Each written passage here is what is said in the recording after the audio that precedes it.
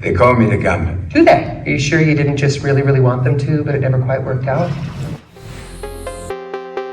Hello. Oh, I've gone all PC Pierce on ya. Moving on. Welcome back to SLUURP, I'm Connor and we're still bringing you our coverage of one of the hottest movies of the summer.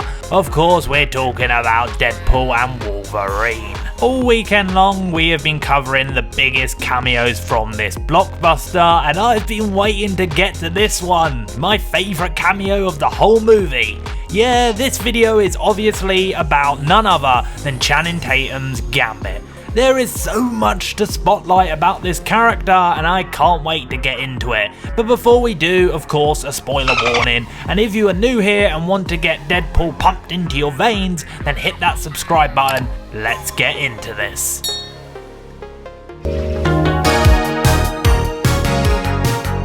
Deadpool and Wolverine is chock full of cameos. Brilliantly, the film reintroduces so many characters from the wider Marvel universe who have been forgotten or abandoned, and explains how they have been banished to the void, essentially the MCU's version of a cosmic trash heap. When sent to this trash heap known as the Void, Deadpool, Logan eventually meet up with Jennifer Garner's Elektra, Wesley Snipes' Blade, and Daphne Keene's X-22 from Logan. It's X-23, you fake fan bitch. Maybe try researching before you make a video like this. Fuckhead. Idiot. Of course they team up with Deadpool and Wolverine in the hopes of an epic noble conclusion, but perhaps the most curious cameo in this movie is a character played by Channing Tatum. Yeah, that's right, we finally got a proper Gambit. Calling this just a cameo though seems a little bit unfair. Honestly, it might have just been my favourite performance and character in the movie. I mean, the costume, the action, Remy's playing card finishing move was fucking insane, and oh my fucking god, that accent, that fucking Cajun accent. Don't be knowing that it ain't coming off without that dome gonna come off with it. So sorry, beautiful. I want this to be gentle. Who is your dialect coach? The Minions? I'm sorry, but Channing Tatum absolutely nailed the role, but that's hardly surprising as he's been wanting to play this role for quite a while, and that's what I really want to get into in this video.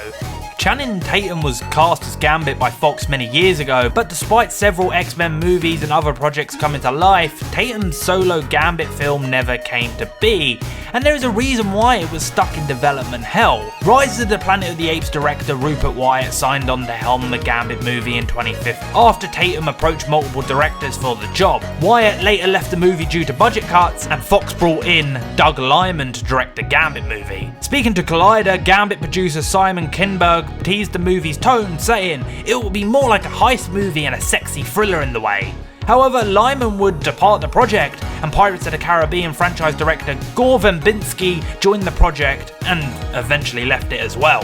In 2018, producer Simon Kinberg discussed the movie, saying the idea was for every X-Men spin-off to have a distinct tone. Heist elements from the original version of the film will play a role, but Gambit was described as a love story between him and Bella.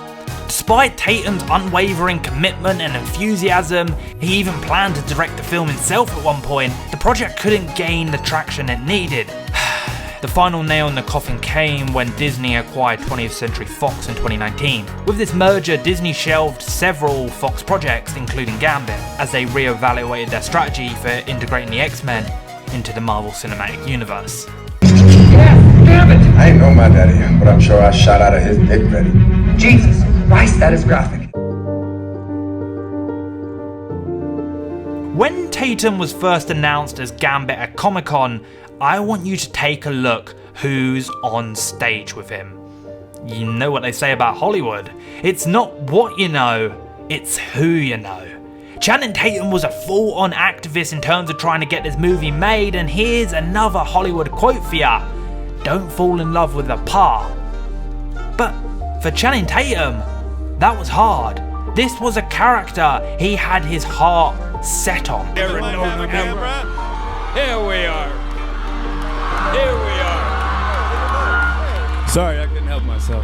Because we had a lot of fun talking about Gambit. But I'm dying to do it. I've been pretty vocal about wanting to do that part.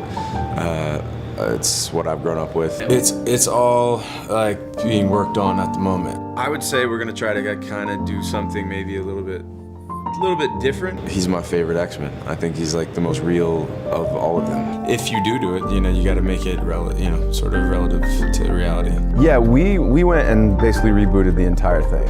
I think it was the luckiest thing in the world that we had some bumps in the road, and I think the bumps in the road came specifically at a time that there was a paradigm shift in these movies. I'm a huge Gambit fan.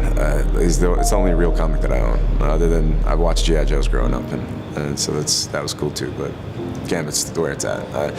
Like, I was a fan of Gambit since like I was a kid, so there's a lot of things that I've been looking forward to getting to do for a very, very long time. Honestly, I am so happy for him. All these years later, he finally got to play the role he was set on for many years. Talk, or I'm gonna stop you. Okay, hey.